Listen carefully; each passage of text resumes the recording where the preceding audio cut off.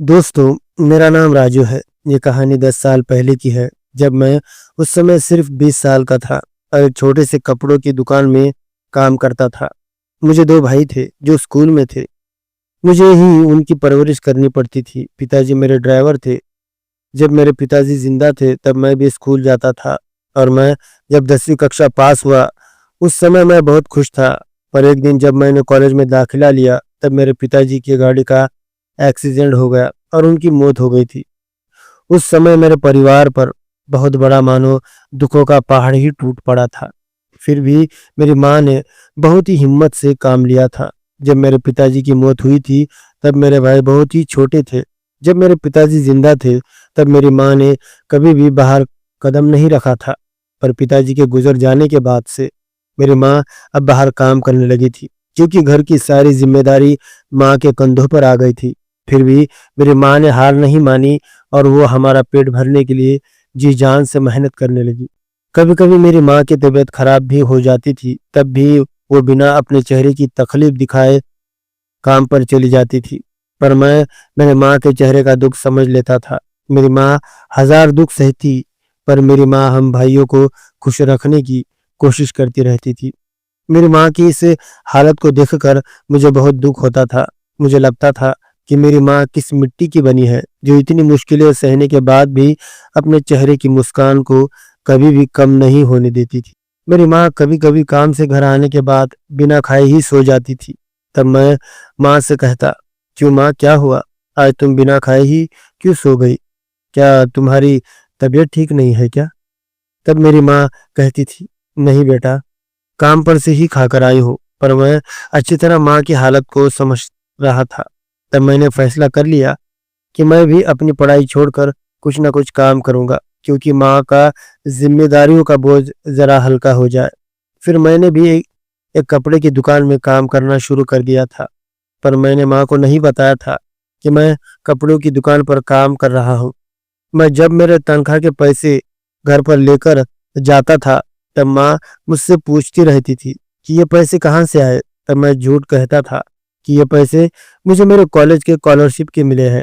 तब माँ मुझे कहती थी, बेटा बेटा, मैं चाहे रहूं या ना रहूं, पर तुझे अपने भाइयों का और इस घर का अच्छे से ध्यान रखना होगा, और तू भी अपनी पढ़ाई मन लगा कर करना बेटा, क्योंकि तेरे पिताजी का सपना था कि तुम तीनों भाई भी बड़े अफसर बनो।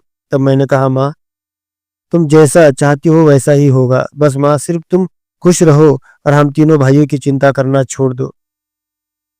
मुझे माँ की इस तरह की बातों ने झकझोर कर रख दिया था, पर पढ़ाई छोड़ना मजबूरी थी, ये मैं माँ को कैसे समझाता।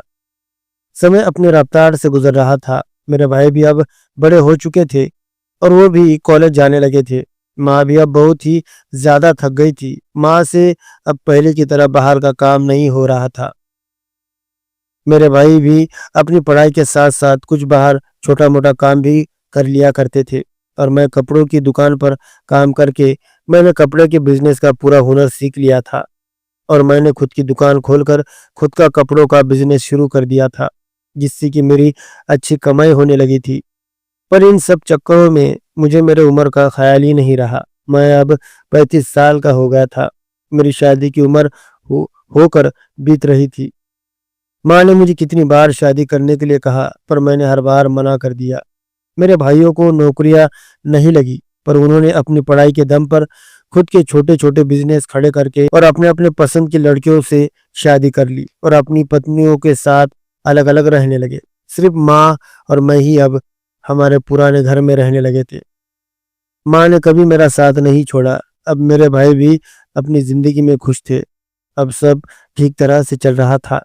पर एक दिन मुझे घर से फोन आया कि मेरी माँ अब इस दुनिया में नहीं रही। उस समय मैं खुद को बहुत अकेला महसूस कर रहा था, क्योंकि मेरे सर पर किसी भी बड़े का हाथ नहीं रहा था। मेरे लिए सब कुछ बदल चुका था, तो मेरा पुराना घर अब मुझे काटने को दौड़ रहा था। उस घर में मेरे माँ की यादें थी जो मुझे बार बार आने लगी थी। तब मैंने सोच लिया कि मैं इस घर में नहीं रहूंगा। जब मुझे माँ की याद आएंगी तब इस घर में आकर माँ को याद करता रहूंगा। इस तरह से माँ को गुजरे हुए 1 साल हो गया था। पर इस 1 साल में मेरे भाइयों ने ना ही मुझे फोन किया और ना ही मेरे बारे में जानने की कोशिश की, क्योंकि वो भी अपने अपने गृहस्थी में व्यस्त हो गए थे। सिर्फ अब मैं अकेला और तन्हा था। तब मैंने फैसला किया कि मैं अब अकेला जिंदगी को नहीं जी सकता। मुझे भी अब अपने लिए नया साथी ढूंढना ही होगा। और फिर मैंने भी शादी करने का फैसला कर लिया। जब भी मैं किसी की लड़की को देखने के लिए जाता था तो मेरी अधेड़ उम्र के कारण लड़कियां मुझे पसंद नहीं करती थी। सच में मैं अब 40 साल का हो चुका था। इस कारण से मेरी शादी होने में बहुत सी रुकावटें आने लगी थी। तभी मैंने अखबार में मेरी शादी का प्रस्ताव दिया और फिर तब एक 35 साल की महिला का मुझे फोन आया और फिर उसने मुझे कहा कि वो मुझसे मिलना चाहती है। तब मैंने उसे निसंकोच हाँ कह दिया और फिर दूसरे दिन मैं उसे एक बगीचे में मिलने के लिए गया। जब पहली बार उसने मुझे देखा तो उसके चेहरे पर मुस्कान आ गई थी और जब मेरी नज़र पहली बार उस पर पड़ी तो मेरा दिल जोर जोर से धड़क रहा था और सांस फूल रही थी। मैंने आज तक किसी पराई स्त्री से इस तरह से शादी की बात नहीं की थी। मेरे लिए यह सब पहली बार था और मैं उसके पास गया। तब उसने मुझे मुस्कुराते हुए कहा, जी बैठिए। तब मैं बैठा। तब उसने मेरी उम्र देखते हुए कहा, आपका नाम क्या है? तब मैंने कहा, जी मेरा नाम राजेंद्र है, पर लोग मुझे राजू गारमेंट्स के नाम से जानते हैं। तब मैंने भी उससे कहा, जी आपका नाम? तब उसने कोमल सी आवाज में कहा, जी मेरा नाम निर्मला है और मैं एक सरकारी स्कूल टीचर हूँ और मैं एक सरकारी स्कूल में टीचर हूँ। तब मैंने कहा, जी मेरी कपड़ों की दुकान है और उसी से ही मेरा चल जाता है।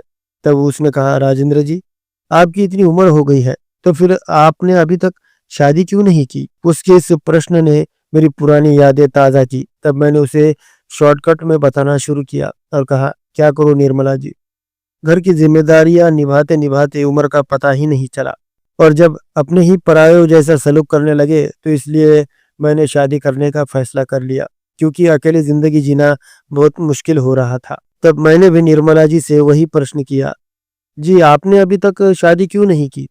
तब निर्मला जी कहने लगी, राजेंद्र जी बात ये थी कि मैंने बहुत सी महिलाओं को देखा है जो सिर्फ अपने पति की गुलाम बनकर रह जाती है। उनका एक दायरा हो जाता है। वो जीती भी है अपने पति के लिए और मरती भी है अपने पति के लिए। मैं समझती हूँ कि पति भी अपनी पत्नी की उतनी ही मदद करे जितना कि पत्नी करती है। फॉर एग्जाम्पल कि अगर पत्नी खाना बना रही हो तो पति कपड़े धोए, झाड़ू पोछा करे। मतलब पति हर काम में पत्नी की मदद करे, बल्कि ये नहीं कि पत्नी पर चिल्लाए या उस पर हुक्म झाड़े। अब बताइए राजेंद्र जी, आपको क्या लगता है? इस पर आपका क्या ओपिनियन है? पहले तो मैं निर्मला जी की इस तरह की बातें सुनकर कंफ्यूज हो गया था, पर मैंने सोचकर कहा, निर्मला जी मैं आपकी बातों से सहमत हूँ। आपका कहना बिल्कुल सही है। पति और पत्नी ने सच में मिलजुल कर ही रहना चाहिए और एक दूसरे को समझना चाहिए। आखिर हर काम पत्नी ही क्यों करे, उसे भी अपनी आज़ादी जीने का पूरा हक होता है। तो भला पत्नी ही क्यों मान मर्यादा का ख्याल करे? पति को भी अपने पत्नी का हर काम में, हर समस्या में साथ देना चाहिए। मेरी इस तरह की बातों ने निर्मला जी को खुश कर दिया। तभी निर्मला जी ने खुश होते हुए कहा, राजेंद्र जी हम दोनों की सोच एक जैसी ही है। लगता है मैंने सही आदमी का चुनाव किया है अपना जीवन साथी बनाने के लिए। राजेंद्र जी क्या आप मेरे साथ शादी करने के लिए तैयार हैं? तब मैंने भी मुस्कुराकर कहा, जी बिल्कुल, मैं तो तैयार ही हूँ। तब निर्मला जी ने कहा, तो फिर हम कल जाकर कोर्ट में शादी करेंगे। तब मैंने कहा, निर्मला जी शादी करने से पहले मैं कुछ बातें साफ करना चाहता हूँ। देखिए, मैं सिर्फ ये पूछना चाहता हूँ कि क्या आपके जिंदगी में कोई है या फिर नहीं।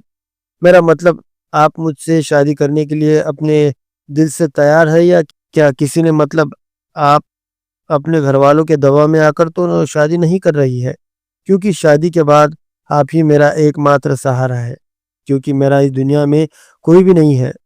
मेरे दो भाई हैं मगर वो मुझे कौड़ी के भाव भी नहीं पूछते।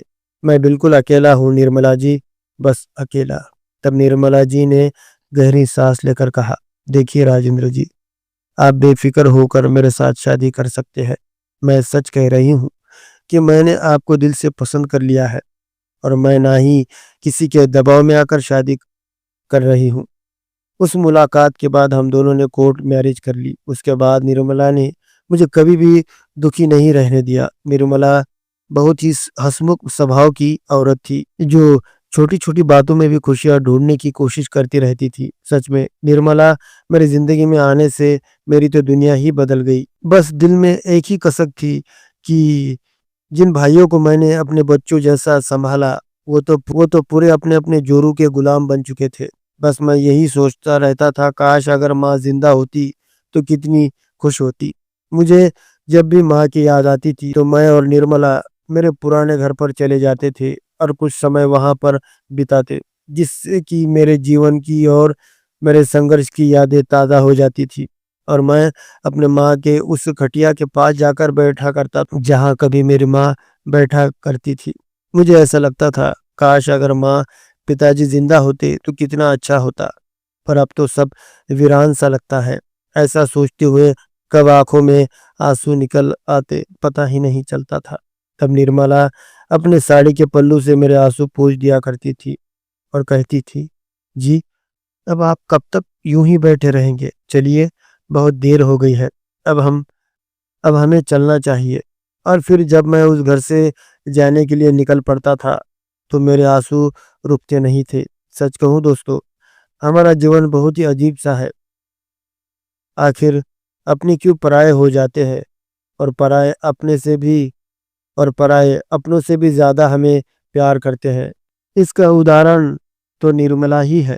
उम्मीद है दोस्तों आपको ये छोटी सी कहानी पसंद आई होगी। दोस्तों अगर ये कहानी आपको पसंद आए तो प्लीज़ इस वीडियो को लाइक और चैनल को सब्सक्राइब ज़रूर करें। दोस्तों ये कहानी पूरी तरह से काल्पनिक है। ये कहानी सिर्फ आपके मनोरंजन के लिए बना